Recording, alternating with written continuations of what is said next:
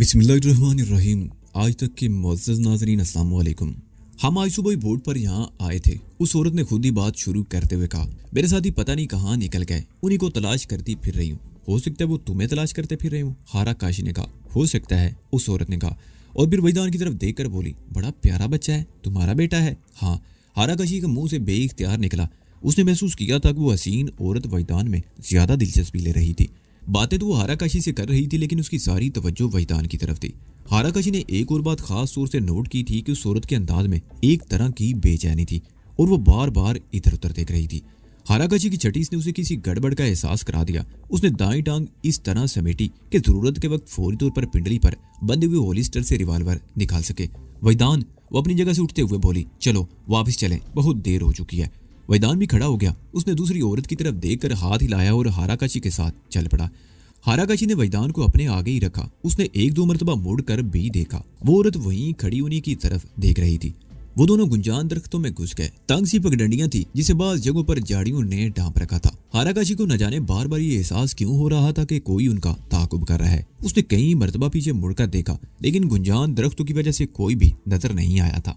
और फिर एक मौके पर चंद गज दूर कद आदम झाड़ियों में तेज सरसराहट की आवाज सुनकर वो बड़ी फुर्ती से नीचे झुकी और जब सीधी हुई तो रिवाल्वर उसके हाथ में था, लेकिन दूसरे ही लम्हे उसके मुंह से गहरा सांस निकल गया। झाड़ियों से बरामद होने वाला उनका अपना आदमी था। ओह, तुमने तो मुझे डरा ही दिया, हाराकाशी ने उसकी तरफ देखते हुए कहा। वो दरअसल उस तरफ एक औरत से हमारा आमना सामना हो गया था। मुझे उस पर कुछ शुबा सा हुआ था। मैंने भी उस औरत को देख लिया था, उस शख्स ने कहा, इसलिए मैं दरख्तों और झाड़ियों में छुप कर तुम लोगों की निगरानी करता हुआ आ रहा था। तुम इस लड़के को लेकर चली जाओ, मैं यहीं खड़ा हूँ। हाराकाशी वैदान को लेकर कॉटेज में आ गई। प्रताप सिंह कॉटेज के सामने खुली जगह पर बैठा हुआ था। ये दोनों भी उसके पास बैठ गए।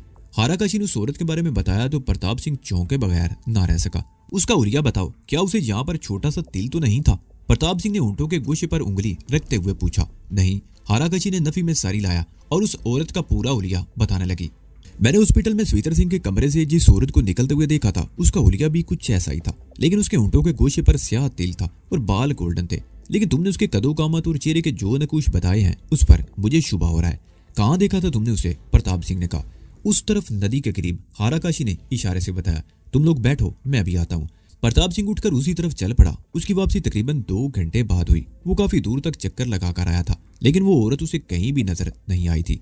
हाराकाशी के अलावा प्रताप सिंह को भी शुबा हो चुका था कि कोई गड़बड़ होने वाली है। रात को ज्यादा खतरा था। प्रताप सिंह को शुबा था कि अगर दारा के आदमी इस जजीरे पर पहुंच गए हैं तो वो रात को किसी वक्त कॉटेज पर हमला करने की कोशिश करेंगे। हाराकाशी के साथियों ने चीनी साख्ता AK-47 सब मशीन गन निकाल ली और वो रात भर कॉटेज के आसपास टहलते हुए पहरा देते रहे। मामूली सी आहड़ियां झाड़ियों की जरा सी सरसराहट पर भी वो चौंक पड़ते, लेकिन कुछ नहीं हुआ। रात खैरियत से गुजर गई। सुबह होते ही प्रताप सिंह ने अपने प्रोग्राम पर अमल शुरू कर दिया। वो वैदान को लेकर कॉटेज से निकल गया। हाराकाशी भी उनके साथ थी। वो कॉटेज के आसपास जॉगिंग करते रहे, फिर एक जगह रुककर एक्सरसाइज शुरू कर दी। वैदान ने ठीक कहा था कि टांग के जख्म की वजह से प्रताप सिंह ज्यादा नहीं दौड़ सकेगा। जख्म ऊपर से अगरचे ठीक था, लेकिन उसे तकलीफ शुरू हो गई थी। एक्सरसाइज की जिम्मेदारी हाराकाशी ने संभाली। प्रताप सिंह एक तरफ बैठा उन्हें देखता रहा।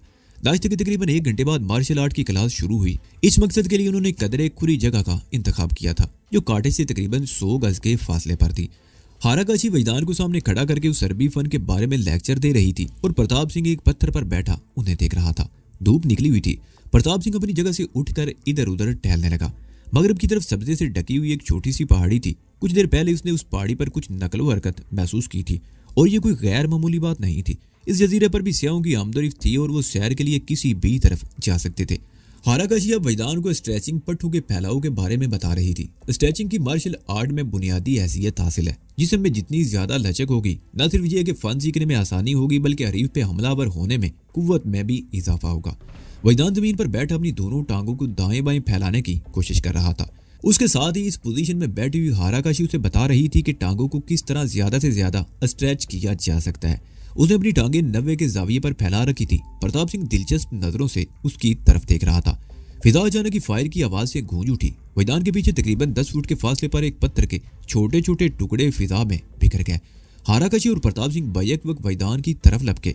हाराकाशी ज्यादा फुर्तीली साबित हुई। वो 1 सेकंड से भी कम वक्त में वैदान के करीब पहुंच गई और उसे बाजू से पकड़कर घसीटती हुई एक तरफ ले गई। उसी लम्हे एक और फायर हुआ। इस मरतबा गोली ठीक उसी जगह पर लगी जहां 1 सेकंड पहले वैदान बैठा हुआ था। प्रताप सिंह ने दौड़कर वैदान का दूसरा हाथ पकड़ा और वो दोनों उसे घसीटते हुए एक पत्थर के पीछे जा गिरे। गोलियां उस पत्थर पर लग रही थी और पत्थर के टुकड़े उड़ उड़कर फिजा में बिखर रहे थे। फायरिंग एक लम्हे को थमी। प्रताप सिंह ने सर उठाकर देखा, उसे पहाड़ी पर एक जगह चमक सी नजर आई। वो गालबन किसी राइफल की नाल थी जो धूप में चमक रही थी। उसी लम्हे फिजा एक बार फिर फायर की आवाज से गूंज उठी। प्रताप सिंह अगर फुर्ती से नीचे ना झुक जाता तो उसकी खोपड़ी के परखचे उड़ जाते। गोली उसके ऊपर से होती हुई पीछे एक दरख्त के तने में महफूज हो गई। प्रताप सिंह ने गर्दन घुमाकर देखा। हाराकाशी ने वैदान को अपने नीचे दबा रखा था और उसके हाथ में रिवाल्वर भी नजर आ रहा था। प्रताप ने गैर इरादी तौर पर करीब पड़ा हुआ एक पत्थर उठाया। हाराकाशी के होंठों पर मुस्कुराहट आ गई। उनकी फायरिंग का जवाब पत्थर से देना चाहते हो? प्रताप सिंह की तरफ देखकर वो बोली। प्रताप सिंह ने अपने हाथ में पकड़े हुए पत्थर को घूर कर देखा और उसे एक तरफ उछाल दिया और ठीक उसी लम्हे एक और फायर हुआ। गोली जमीन पर उसी जगह लगी जहां पत्थर गिरा था। बड़े पक्के निशानची हैं भाई ये तो, प्रताप सिंह बोला। हम तो यहाँ से हट भी नहीं सकते, पर हमारे बंदे कहाँ चले गए हैं? उसका जुमला मुकम्मल होते ही कॉटेज के करीब भी दो मुख्तलिफ जगहों से फायरिंग शुरू होगी। उनके मुआवजों ने भी जवाबी फायरिंग शुरू कर दी थी। पहाड़ी से फायरिंग का रुख अब बदल गया था। प्रताप सिंह ने चंद लम्हे इंतजार किया और फिर सर उठाकर पहाड़ी की तरफ देखने लगा। पहाड़ी 300-400 फुट से ज्यादा ऊंची नहीं थी। वहां दरख्तों में एक जगह से फायर हो रहा था। उसे ये भी अंदाजा लगाने में दुश्वारी पेश नहीं आई कि फायरिंग करने वाला अकेला था, जबकि नीचे से 3 मुख्तलिफ जगहों से जवाब दिया जा रहा था। पहाड़ी से फायरिंग रुक गई। हाराकाशी वजदान के ऊपर से हट गई। उसने वजदान का हाथ पकड़ा और उठकर तेजी से गुंजान दरख्तों की तरफ दौड़ी। इस मरतबा उन पर फायरिंग नहीं की गई। चंद सेकंड बाद प्रताप सिंह भी दौड़ता हुआ उनके करीब पहुंच गया और वो कहीं रुके बगैर गुंजान दरख्तों में काटे की तरफ दौड़ने लगे। जजीरे पर तकरीबन आधे घंटे तक फायरिंग होती रही और फिर खामोशी छा गई। 2 मुहाफिज वापस आ गए, जबकि तीसरा जंगल में घूम फिर कर फायरिंग करने वाले को तलाश करता रहा। तकरीबन 1 घंटे बाद उसने वापस आकर बताया कि एक औरत और 2 आदमी को एक मोटर बोट पर वहां से कुछ दूर एक और छोटे जजीरे की तरफ फरार होते देखा गया है। इस नई सूरत ने प्रताप सिंह को परेशान कर दिया। उसे समझने में देर न लगी कि दारा को यहाँ उनकी मौजूदगी का पता चल गया था और उसने वजदान को खत्म करने के लिए अपने किराए के गुंडे यहाँ भी भेज दिए थे। हाराकाशी ने जिस औरत के बारे में कल बताया था, प्रताप सिंह को अब यकीन हो चुका था कि वो वही औरत थी जिसने नर्स के बेस में सवितर सिंह को जहर का इंजेक्शन लगाया था। उसने कल सुबह उन लोगों का सुराग लगाने के बाद अपने साथियों को इतला दी थी। प्रताप सिंह को तवक्को थी कि रात ही को कोई गड़बड़ होगी, लेकिन वो शायद किसी बेहतर मौके की तलाश में थे और आज उन्हें मौका मिल गया था। पहाड़ी से फायरिंग करने वाला एक ही आदमी था। उसने वजदान को निशाना बनाने की कोशिश की थी, लेकिन किस्मत अच्छी थी कि वजदान इस मरतबा भी बाल बाल बच गया था। वायरलेस पर इंस्पेक्टर चियांगशु को सूरत हाल से आगाह किया गया। 1 घंटे बाद 3 मोटर बोट्स जजीरे की तरफ आती हुई नजर आईं। तीनों बोट्स पर पुलिस के झंडे लहरा रहे थे। एक बोट तो इसी तरफ आ गई और 2 बोट्स उस जजीरे की तरफ चली गई, जिसके बारे में इंस्पेक्टर चियांगशु को इतला दी गई थी कि एक मफरूर बोट उस तरफ गई थी। तकरीबन 15 मिनट बाद इंस्पेक्टर चियांगशु दर्जन भर मुसल्लह सिपाहियों के साथ दौड़ता हुआ कॉटेज के सामने पहुंच गया। उसने एक बार फिर प्रताप सिंह और अपने आदमियों से सूरत हाल मालूम की और उसके मुसल्लह सिपाही पूरे जजीरे पर फैल गए। उस जजीरे पर स्याहों की तादाद ज्यादा नहीं थी। जब यहाँ फायरिंग हुई थी तो स्याह अपनी तफरीही सरगर्मियों में मसरूफ थे। बाद लोग साहिल पर पैराकी में मशगूल थे और बाद रेत पर लेटे हुए थे। फायरिंग से खौफजदा होकर वो लोग गेस्ट हाउसेज में जमा हो गए थे। पुलिस ने पूरे जजीरे को छान मारा था, लेकिन कोई भी मशकूक आदमी नहीं मिला था। दूसरा जजीरा वहां से तकरीबन 1 मील के फासले पर था। उस तरफ से हवा के दोष पर आने वाली फायरिंग की आवाजों से अंदाजा होता था कि वहां पुलिस और उन लोगों के दरमियान तसादम हो गया था। बिलागर फायरिंग की आवाजें बंद हो गई। उसके तकरीबन 1.5 घंटे बाद पुलिस की दोनों मोटर बोट्स इस तरफ आती हुई नजर आई। मजीद आधे घंटे बाद पुलिस वाले कॉटेज में पहुंच गए। एक पुलिस वाले ने कंधे पर किसी औरत को लाद रखा था। वो जख्मी थी और उसके जख्म से बहने वाले खून से पुलिस वाले की वर्दी भी तर हो रही थी। उसने औरत को काटे के बरामदे में जमीन पर लटका दिया। वो बेहोश थी। उस औरत का चेहरा देखकर हाराकाशी, वजदान और प्रताप सिंह उछल पड़े। ये वही खूबसूरत औरत थी जो कल हाराकाशी और वजदान को जंगल में मिली थी। वही है, सो रब दी वही है, प्रताप सिंह चीखा। ये वही नर्स है जिसने सवितर सिंह को जहर का इंजेक्शन लगाया था। उस वक्त इसके बाल गोल्डन थे और होंठ के गोशे पर तिल था, लेकिन बालों की रंगत तब्दील होने और तिल के ना होने से इसकी असलियत तब्दील तो नहीं हो सकती। ये वही है। उस औरत की टांग में गोली लगी थी और शायद खून ज्यादा बह जाने की वजह से वो बेहोश हो गई थी। हाराकाशी दौड़कर अंदर से फर्स्ट एड बॉक्स ले आई और जख्म साफ करके ड्रेसिंग करने लगी। फौरी तौर पर यही किया जा सकता था कि मजीद खून ना बहने पाए। मजीद 15 मिनट की कोशिश के बाद वो होश में आ गई। खून बह जाने और खौफ की वजह से उसका चेहरा सफेद था। अपने इर्द गिर्द पुलिस वालों और खास तौर पर प्रताप सिंह को देखकर उसकी आंखों में वहशत फैलती चली गई। वजदान भी उसके सामने खड़ा था। कल सुबह तो तुम बड़े मजे मजे की बातें कर रही थी आंटी, लेकिन तुम तो बहुत खतरनाक निकली, वजदान ने उसके चेहरे पर नजरें जमाते हुए कहा। वो माई फांग थी। वो उठकर बैठ गई और वह ये ज्यादा सी नजरों से अपने इर्द गिर्द खड़े पुलिस वालों को देखने लगी और फिर अचानक ही उसकी आंखों में चमक सी उभर आई। उसकी नजरें एक पुलिस वाले के होलिस्टर में लगे हुए रिवॉल्वर पर जम कर रह गईं। दूसरे लम्हे वो हैरत अंगेज फुर्ती का मुजाहरा करते हुए अपनी जगह से उछली और पुलिस वाले के होलिस्टर से रिवॉल्वर खींच लिया। दूसरे हाथ से उसने वैदान को पकड़कर अपनी गोद में गिरा लिया। दूर हट जाओ, तुम लोग दूर हट जाओ, वरना मैं इसको मार दूंगी। इस सूरत से माहौल पर एकदम सन्नाटा छा गया। प्रताप सिंह का दिल उछलकर हल्क में आ गया। उसके ख्याल में माई फांग की सिकदाम में जुर्रत और बहादुरी को दखल नहीं था। वो चारों तरफ से पुलिस में घिरी हुई थी। उस पर सवितर सिंह के कत्ल का इल्जाम था। वो और भी बहुत से संगीन जराइम में मुलव्वस थी। उसे अपने सामने मौत नजर आ रही थी और उसने ये कदम इंतहाई मायूसी की कैफियत में उठाया था कि शायद इस तरह बचने का मौका मिल जाए। पुलिस वालों ने राइफलें सीधी करना चाही, मगर इंस्पेक्टर चियांग शू ने हाथ के इशारे से उन्हें रोक दिया। उसकी उकाबी निगाह ने देख लिया था कि माई फांग के हाथ में पकड़े हुए रिवॉल्वर का सेफ्टी कैच लगा हुआ था। वो शायद पिस्तौल या रिवॉल्वर का इस्तेमाल नहीं जानती थी। शायद वो समझती थी कि महज ट्रैगर दबा देने से गोली चल जाती है। अगर वो रिवॉल्वर के इस्तेमाल से वाकिफ होती तो रिवॉल्वर हाथ में आते ही सबसे पहले सेफ्टी कैच चेक करती। देखो, इंस्पेक्टर चियांग शू ने कहा, तुम अपने लिए मजीद मुश्किलात पैदा कर रही हो। तुम गोली नहीं चला सकती। तुम्हारा सिर्फ हाथ ही नहीं, पूरा जिस्म कांप रहा है। इस लड़के को छोड़ दो और रिवॉल्वर मुझे दे दो। उसने हाथ आगे बढ़ा दिया। अकल के नाखन लो लड़की, इस मर्तबा प्रताप सिंह बोला, अगर तुमने इस लड़के को गोली मार दी तो दर्जनों गोलियां तुम्हारे जिस्म में पैबुस्त हो जाएंगी। जिंदगी हर हाल में मौत से बेहतर होती है। रिवॉल्वर फेंक दो, दूर हट जाओ मुझसे, कोई आगे ना आए। माई फांग चीखी, लेकिन इंस्पेक्टर चियांग शू मजीद एक कदम आगे आ गया। माई फांग खूनख्वार बिल्ली की तरह घुराई और ट्रैगर पर उंगली का दबाव डाल दिया, मगर ना तो ट्रैगर दबा और ना ही गोली चली। वो ट्रैगर पर दबाव डालने लगी और फिर इंस्पेक्टर चियांग शू उस पर झपट पड़ा।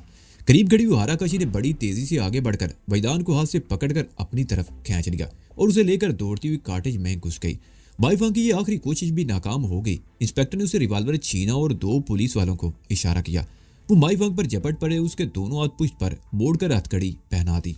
प्रताप सिंह अंदर दौड़ गया। हाराकाची वैदान को सीने से लिपटाए खड़ी थी। प्रताप सिंह ने वैदान को उससे लेकर अपने सीने से लिपटा लिया।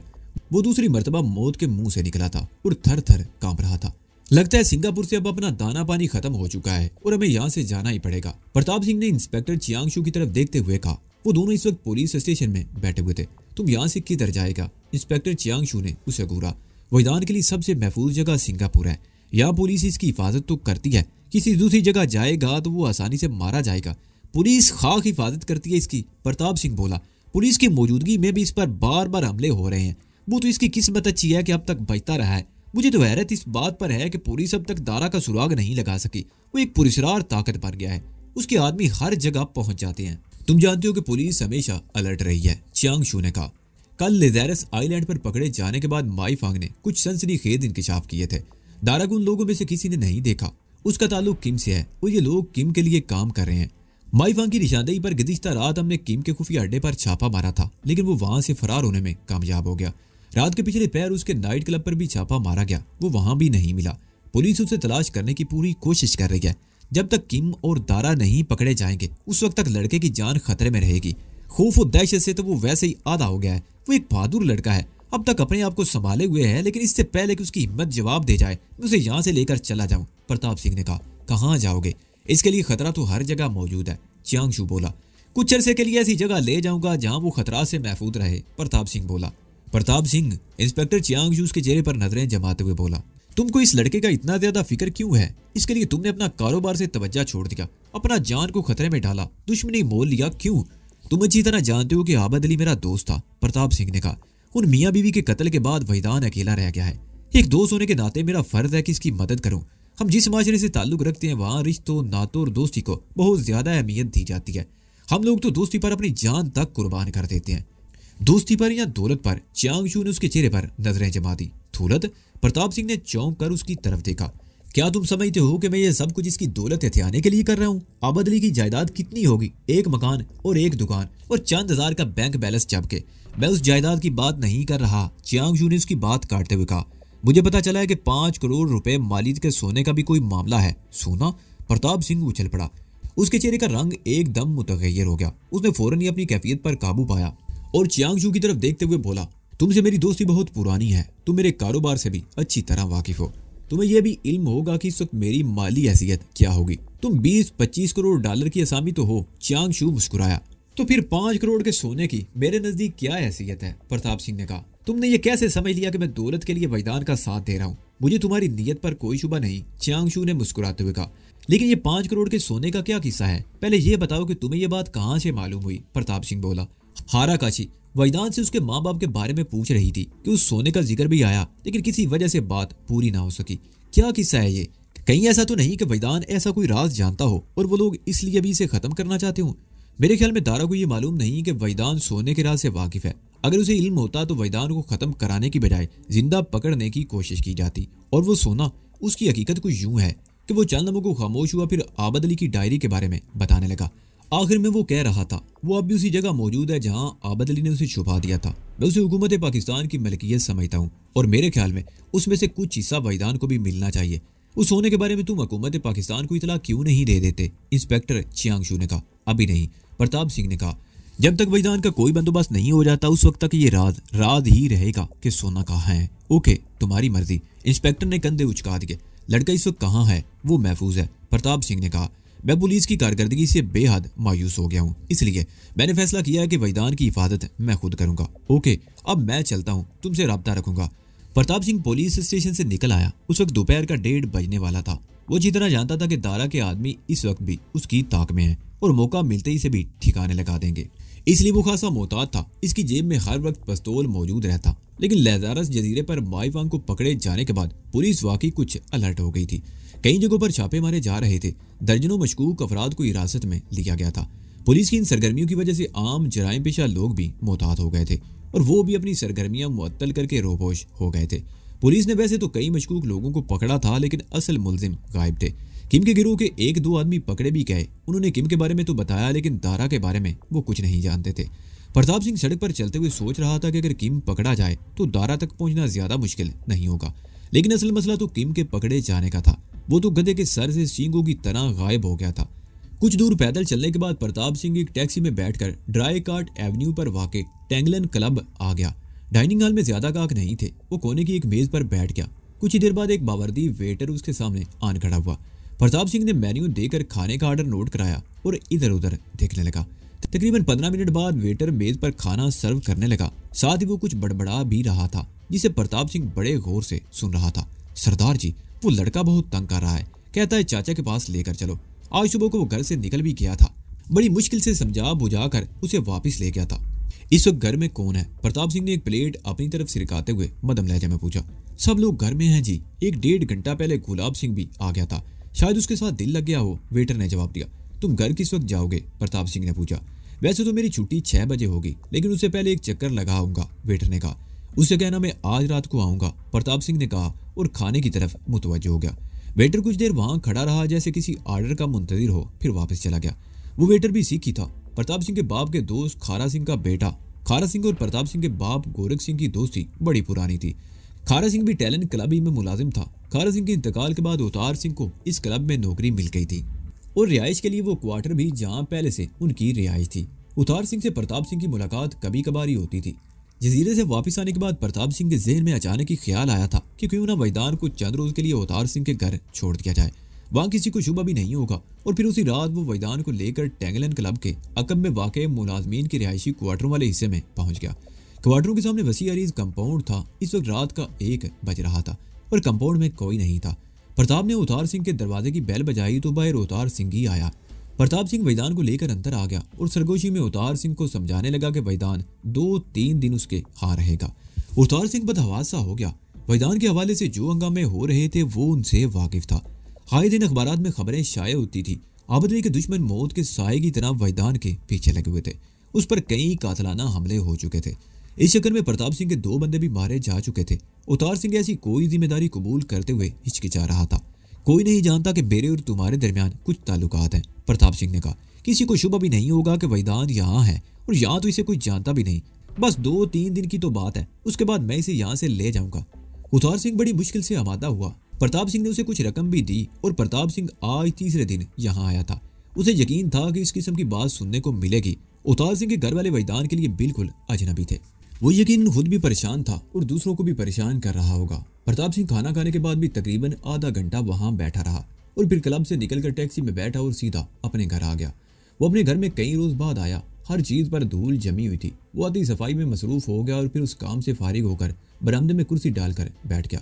वहीदान के बारे में सोच सोच कर वो परेशान था। सिंगापुर में वो बिल्कुल महफूज नहीं था। अब तक तो किस्मत उसका साथ दे रही थी और वो बचता रहा था, लेकिन जरूरी नहीं था कि किस्मत हर मर्तबा उस पर मेहरबान रहे। वो सोच रहा था कि क्यों ना वहीदान को लेकर बैंकॉक चला जाए, जहाँ उसके कुछ जानने वाले भी मौजूद थे। वो वहीदान को वहां छोड़कर वापस आ जाएगा और जब दारा का मामला निमट जाएगा तो वहीदान को वापस ले आएगा। पुलिस अभी तक कोई खातिर हुआ कारकर्दगी नहीं दिखा सकी थी। प्रताप सिंह खुद कोई जवाबी कार्रवाई करना चाहता था, लेकिन वहीदान उसके पांव की बेड़ी बना हुआ था। उसकी वजह से भी वो कुछ नहीं कर पा रहा था। वहीदान यहाँ नहीं होगा तो उसे खुलकर कुछ करने का मौका मिल जाएगा। उठकर कमरे में आ गया, नहा धोकर कपड़े बदले और फोन का रिसीवर उठाकर एक नंबर मिलाने लगा। राब्ता कायम होने में ज्यादा देर नहीं लगी। भाई खुशवंत सिंह, मैं प्रताप बोल रहा हूँ। दूसरी तरफ से एलो की आवाज सुनकर बोला, आज रात तुम लोगों को कहीं जाने का प्रोग्राम तो नहीं? नहीं, फिलहाल तो कोई प्रोग्राम नहीं। दूसरी तरफ से कहा गया, मैं आज रात का खाना तुम्हारे यहाँ खाऊंगा, उसी वक्त बातें भी होंगी। अच्छा, रब रखा। उसने रिसीवर रख दिया। उसने अलमारी में रखा हुआ ब्राउन रंग का एक ब्रीफ केस निकाला और मुख्तलिफ जगहों से अपने अहम और जरूरी कागजात निकालकर ब्रीफ केस में रखने लगा। आबद अली की डायरी भी उसने ब्रीफ केस में रख ली और फिर वो मुख्तलिफ जगहों पर फोन करने लगा। जब वो घर से बाहर निकला तो रात के 8 बज रहे थे। गली में एक दो आदमियों से मुलाकात हुई। वो कुछ देर तक उनसे गपशप करता रहा, फिर गली से निकलकर पैदल ही एक तरफ चलने लगा। वो फोर्ट कैस्टिक रोड से होता हुआ पेनांग लैन पर आ गया, जहाँ रेड क्रॉस हाउस के सामने उसे एक टैक्सी मिल गई। ड्राइवर एक अधेड़ उम्र मुसलमान था। प्रताप सिंह ने पिछली सीट पर बैठे हुए से सूफिया रोड चलने को कहा और सीट की पूछ से टेक लगाकर आंखें बंद कर ली। किस तरफ जाना है सरदार जी? ड्राइवर की आवाज सुनकर प्रताप सिंह ने आंखें खोली और इधर उधर देखने लगा। वो सूफिया रोड पर पहुंच चुके थे। एक बुलंद इमारत को देखकर उसने ड्राइवर को इमारत के साथ बाईं तरफ वाली सड़क पर गाड़ी मोड़ने को कहा। सड़क पर आगे बुलंद इमारतें थी और उनकी पिछली तरफ बंगले थे। 2-3 सड़कों पर मुड़ने के बाद उसने एक गली में टैक्सी रुकवा ली और किराया देकर नीचे उतर आया। उस वक्त एक और कार गली में मुड़ी थी। वो कार हल्की रफ्तार से चलती हुई करीब से गुजर गई। प्रताप सिंह ने उस पर तवज्जो नहीं दी और चंद गज आगे बढ़कर एक बंगले के गेट पर लगी हुई कॉल बेल का बटन दबा दिया। यहाँ तमाम बंगलों के सामने कुशादा लान थे। बाज लोगों ने अपने बंगलों के लान के आगे लकड़ी की चिपटियों की चाफरी लगा दी थी और बाज ने खारदार तारों के जंगले खींच रखे थे। प्रताप सिंह ने जिस बंगले की डोर बेल बजाई उसके सामने चाफरी लगी हुई थी। तकरीबन 1 मिनट बाद एक जवान और खूबसूरत लड़की ने दरवाजा खोला। वो खुशवंत सिंह की बेटी उर्मिला कौर थी। प्रताप सिंह उसके साथ अंदर आ गया। खुशवंत सिंह किसी काम से गया हुआ था, लेकिन थोड़ी देर बाद वो भी आ गया और फिर उसके सामने थोड़ी देर बाद मेज पर खाना लगा दिया गया। खुशवंत सिंह एक बिजनेसमैन था। उर्मिला कौर उसकी अकलौती औलाद थी। उसकी उम्र 19-20 के लगभग रही होगी। उसकी माँ रजनी भी सेहतमंद खूबसूरत औरत थी। वो चारों खाने की मेज पर बातें करते रहे। उनकी गुफ्तगू का मौजू वहीदान ही था। अब मुझे पुलिस पर भी भरोसा नहीं रहा, प्रताप सिंह कह रहा था। मेरा ख्याल है मैं उसे कुछ अरसे के लिए थाईलैंड ले जाऊं। बैंकॉक में मेरे कुछ जानने वाले हैं। वहीदान को उनके पास छोड़कर वापस आ जाऊंगा और दारा वगैरह से हिसाब बराबर करने की कोशिश करूंगा। इस वक्त वो लड़का कहाँ है? रजनी ने पूछा। अवतार सिंह के पास, प्रताप सिंह ने कहा। उसका 2 कमरों का छोटा सा क्वार्टर है, वहां घबरा गया है और उन लोगों को भी परेशान कर रहा है। सोच रहा हूँ कि उसे 1-2 दिन के लिए यहाँ ले आऊँ तुम्हारे पास। मैं इसी दौरान में तैयारी कर लूंगा और फिर उसे लेकर यहाँ से चला जाऊंगा। रजनी और खुशवंत सिंह जानते थे कि वहीदान को अपने घर में पनाह देना मौत को दावत देने के मुतरादिफ है। उन दोनों ने एक दूसरे की तरफ देखा। फिर रजनी प्रताप सिंह की तरफ देखते हुए बोली, हम इतने संग दिल नहीं जेठ जी। वो बिन माँ बाप के मासूम बच्चा है, मुसीबतों में घिरा हुआ है। अगर हमारी वजह से उसे कुछ सुख पहुंच सकता है तो हमें बड़ी खुशी होगी। खुश कीता ही पाबो, प्रताप सिंह बोला। रब तेनू खुश रखे। मैं आधी रात के बाद किसी वक्त उसे यहाँ ले आऊंगा और उर्मिला के साथ उसका दिल लगा रहेगा। बस 1-2 दिन की बात है, जितने दिन मर्जी रहे जी, रब उसे सलामत रखे, रजनी ने कहा। खाना खत्म करने के बाद वो लोग लान में आकर बैठ गए और बातें करते रहे। 12:15 बजे के करीब प्रताप सिंह उठकर चला गया। मैं तुम्हारी गाड़ी लेकर जा रहा हूँ, 1-1.5 घंटे में वापस आऊंगा, उसने खुशवंत सिंह की तरफ देखते हुए कहा। खुशवंत सिंह की गाड़ी बाहर ही खड़ी थी। उसने चाबी प्रताप सिंह के हवाले की और प्रताप सिंह के साथ ही वो भी बाहर आ गया। प्रताप सिंह तकरीबन 40 मिनट में टेंगलन क्लब पहुंचा। उसने गाड़ी क्लब की पिछली तरफ एक तंग सी सड़क पर रोकी और नीचे उतरकर रिहायशी क्वार्टरों वाले कंपाउंड में दाखिल हो गया। वो तकरीबन 10 मिनट वहां रुका और फिर वहीदान को लेकर बाहर आ गया। तुम पिछली सीट पर लेट जाओ, प्रताप सिंह बोला। हो सकता है रास्ते में किसी की नजर तुम पर पड़ जाए, इसलिए एहतियात जरूरी है। वहीदान पिछली सीट पर लेट गया और प्रताप सिंह इंजन स्टार्ट करके गाड़ी को हरकत में ले आया। गाड़ी मुख्तलिफ सड़कों से होती हुई माउंट एलिजाबेथ रोड पर आ गई। वहां से उसने गाड़ी को जैसे ही कैमिल सर्कल की तरफ मोड़ा, वहीदान उठकर बैठ गया। ये सड़क तो सुनसान पड़ी है चाचा, यहाँ मुझे कौन देखेगा, वो बोला। प्रताप सिंह ने कोई जवाब नहीं दिया, लेकिन चंद लम्हों के बाद ही वो अकबी मंदिर पेश करने वाले आईने में किसी गाड़ी की हेडलाइट्स देखकर चौंक गया। वो गाड़ी बड़ी तेज रफ्तारी से करीब आ रही थी। सीट पर लेट जाओ काके, जल्दी करो और उठने की कोशिश मत करना, प्रताप सिंह ने कहा और गाड़ी की रफ्तार बढ़ा दी। उसके साथ ही उसने पतलून की जेब से पिस्तौल भी निकाल लिया। वो गाड़ी बड़ी तेज रफ्तारी से करीब आ रही थी। प्रताप सिंह ने गर्दन घुमा कर देखा और फिर दूसरे ही लम्हे उसका दिल उछलकर हल्क में आ गया। गाड़ी की खिड़की में उसे राइफल की नाल नजर आ गई थी। उसे समझने में देर न लगी कि अब क्या होने वाला है।